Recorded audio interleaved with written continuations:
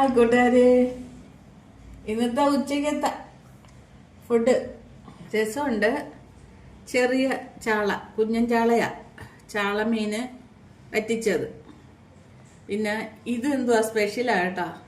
ഇതെന്ന് പറഞ്ഞാൽ ചങ്ങലം പരണ്ടെന്ന് പറഞ്ഞ സാധനം അറിയാവോ എല്ലാവർക്കും? ചങ്ങലം പരണ്ട, അതിൻ്റെ കൂമ്പ് എടുത്ത് ചങ്ങലം പരണ്ടയുടെ ഇലയും കൂമ്പ് ഒടിച്ച് തോരൻ വെച്ചതായത് കേട്ടാ. നല്ല ടേസ്റ്റാണ് ഇത്. നല്ല സാധനം, നമ്മുടെ വയറിനും നമ്മുടെ ശരീരത്തിനൊക്കെ നല്ല സാധനമായിട്ടാ ഇത്. കഴിച്ചു നോക്കണം നിങ്ങൾ കേട്ടാ. പിന്നെ നിങ്ങൾ ഉച്ചയ്ക്ക് എല്ലാവരും കഴിച്ചെന്ന് വിചാരിക്കുന്നു. ഞാനും കഴിച്ചു നോക്കട്ടെ കേട്ടാ. പിന്നെ എല്ലാവരും ഇപ്പൊ ഒരു നമുക്കൊക്കെ ഒരു ചുമയും അതും ഇതൊക്കെ വരാറുണ്ട് എപ്പോഴും, ചെറിയ ചുമകളൊക്കെ. അതിന് നിങ്ങൾ ഒരു ചുവന്നുള്ളി ഉണ്ടല്ലോ, 2-3 കഷ്ണം ചുവന്നുള്ളി പൊളിച്ച് വെച്ചിട്ട് അതിനെ ഇങ്ങനെ വായിലിട്ട് ചവച്ച് വായും ഇത് അടച്ചു വെക്കണം. വായ അടച്ചു വെച്ചോണ്ട് വേണം ചവയ്ക്കാൻ കേട്ടാ. എന്നാലേ നമുക്ക് ആ മൂക്കിൽ കൂടെ ഒക്കെ എരിവ് ഇങ്ങനെ വരത്തുള്ളൂ. അങ്ങനെ വന്നു കഴിഞ്ഞാൽ നമ്മുടെ ആ ചുമയും മാറും.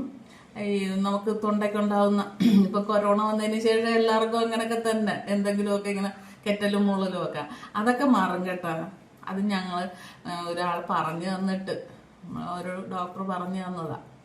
ഡോക്ടർ പറഞ്ഞു തന്നിട്ട് ഞങ്ങൾ ചെയ്യുന്നതാ കേട്ടാ. ഹോമിയോ ഡോക്ടർ പറഞ്ഞു തന്നതാണേ. എന്നിട്ട് ഉള്ളി ചവയ്ക്കും, ഉള്ളി കഴിക്കുക നല്ലതാ. ഷുഗർ, കൊളസ്ട്രോളിനൊക്കെ നല്ലതാ. പിന്നെ അല്ലാതെ ഈ നമ്മുടെ ചുമയും അതും ഇതൊക്കെ ഉണ്ടെങ്കിൽ മാറും. പിന്നെ ജലദോഷത്തിന് നല്ലതാ. ഒന്ന് പരീക്ഷിച്ച് നോക്കുക കേട്ടാ.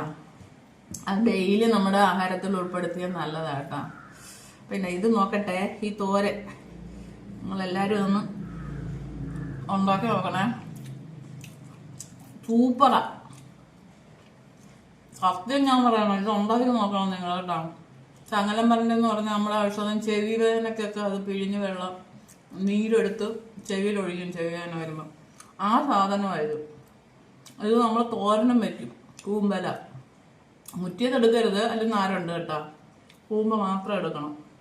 ഇന്ന് തോരൻ വെക്കണം. നല്ല ടേസ്റ്റ് ഉണ്ട് കൂട്ടുകാരെ, ഞാൻ കള്ളം പറയുന്നതല്ല.